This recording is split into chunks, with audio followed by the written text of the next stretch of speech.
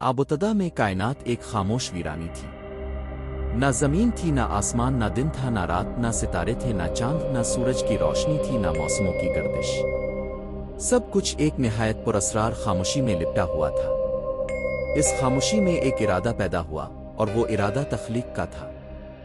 ये वो लम्हा था जब सबसे पहला इंसान पैदा करने का फैसला हुआ। जमीन, आसमान, पानी, हवाएं, पहाड़, दरिया, दरख्त, परिंदे, जानवर, सब कुछ तख्लीक हो चुका था। दुनिया अपनी तमाम तर खूबसूरती के साथ तैयार खड़ी थी, मगर अभी वो एक उनसर से खाली थी, अक्ल, शऊर, इरादा और फहम रखने वाला एक मखलूक, इंसान। एक दिन वो लम्हा आया जब पहला इंसान तख्लीक किया गया। वो एक खामोश तन्हा वादी थी जहां हर तरफ सब्जा, फूल, पलदार दरख्त और बहते झरने थे। वहां एक मुजस्समा सा जिस्म मिट्टी से बनाया गया। इस जिस्म में जान नहीं थी, मगर इसमें एक अजीब शान थी। ये ना जानवरों जैसा था, ना परिंदों जैसा, ना जिन्नों जैसा, ना किसी और मखलूक के मुशाबे।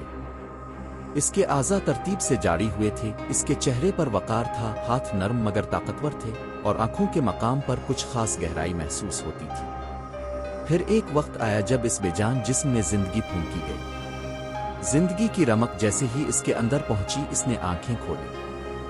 इसकी निगाहों ने पहली बार रोशनी देखी, रंगों को पहचाना, हुआ को महसूस किया, जमीन को छुआ और अपने अर्द गिर्द के माहौल को जाना। वो हैरान था, तजस्सुस में मुब्तला था। हर शय नई, हर एहसास अनोखा और हर मंजर हैरत अंगेज था। इसे अपनी तख्लीक का शऊर दिया गया। इसे बताया गया कि वो पहला इंसान है। इसे ये शऊर दिया गया कि वो अक्ल रखता है, समझ सकता है, सवाल कर सकता है, जवाब पा सकता है और सबसे बढ़कर ये कि वो इंतखाब कर सकता है। इसके अंदर इख्तियार का बीज बोया गया। दिन गुजरते गए। इस इंसान को जमीन की चीजों से रोशनास करवाया गया। इसे दरख्तों के नाम सिखाए गए, इसे परिंदों की आवाजों से मानूस किया गया, इसे जानवरों के अंदाज बताए गए, पानी की रवानी, आसमान की वसत, सूरज की गर्मी, चांद की ठंडक और सितारों की चमक, सब कुछ एक के बाद एक इसके मुशाहदे में आया। वो अकेला था, मगर उसके अर्द गिर्द कुदरत का एक बेमिसाल निजाम कायम हो चुका था। लेकिन इस इंसान को तन्हाई महसूस होने लगी। वो सोचता, सवाल करता और दिल में एक ख्वाहिश उभरती, कोई हो जो उसकी बात साने, जवाब दे, साथ चले, मुस्कराए, इसकी हंसी में शरीक हो, इसके गम को बांटे। यही वो लम्हा था जब इंसान के लिए एक साथी का इरादा किया गया। एक दिन वो इंसान एक पुरसुकून नींद सो गया। इस नींद में इसे ऐसा लगा जैसे इसके वजूद में कुछ तब्दीली हो रही हो। जब वो बेदार हुआ, इसने अपने करीब एक और इंसान को देखा, मगर वो इस जैसा नहीं था, इससे मुख्तलिफ थी। इसकी साख्त में नरमी थी, इसके चेहरे पर एक लतीफ मुस्कुराहट थी और उसकी आंखों में एक गहराई, एक एहसास छुपा हुआ था। इंसान ने इसे देखा, इसे पहचाना और दिल से महसूस किया कि यही वो साथी है जिसकी इसे तलाश थी। अब वो दोनों एक साथ जमीन के खूबसूरत गोशे में रहने लगे। हर दिन उनके लिए एक नई दरियाफ्त था। वो दरख्तों से फल तोड़कर खाते, बहते पानी से सैराब होते, परिंदों की चहचहाहट सुनते और जंगलों की सैर करते।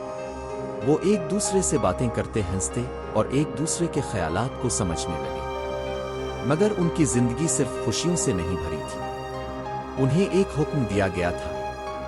उन्हें बताया गया था कि उनके लिए सब कुछ हलाल है, वो हर दरख्त से खा सकते हैं, हर जगह जा सकते हैं, मगर एक मखसूस दरख्त है जिसके करीब भी ना जाना। ये उनके लिए आजमाइश थी।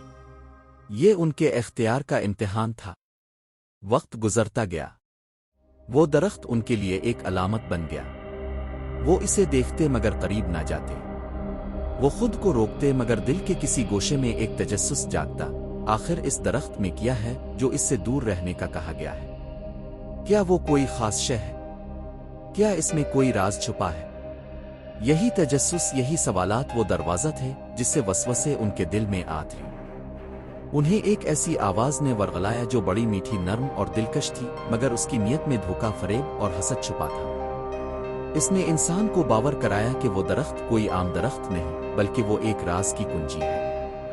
इसने कहा कि अगर वो दरख्त से खा ले तो उनके अंदर ऐसी ताकत आ जाएगी जो किसी और मखलूक को हासिल नहीं। इंसान, जो सादा दिल, मोहब्बत करने वाला और भरोसा रखने वाला था, वो वसवसे में आ गया। इसने अपने साथी के साथ मशवरा किया।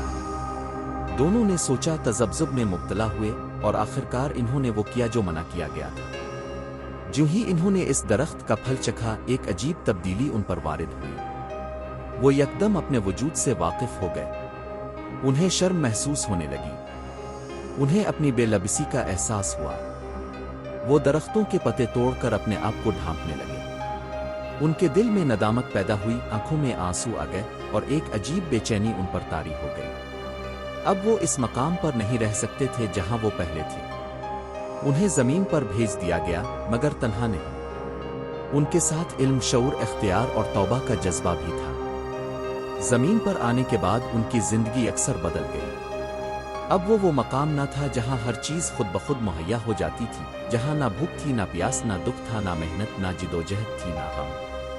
اب وہ ایک ایسی دنیا میں آئے تھے جہاں زمین سخت تھی، موسم بدلتے تھے، جانور خطرناک تھے اور ہر چیز کے لیے محنت کرنا لازم تھا۔ پہلے پہل وہ دونوں خاموش تھے۔ وہ اس لمحے کو یاد کرتے رہے جب وہ اپنے اصل مقام سے نکل کر اس اجنبی دنیا میں آ گئے تھے۔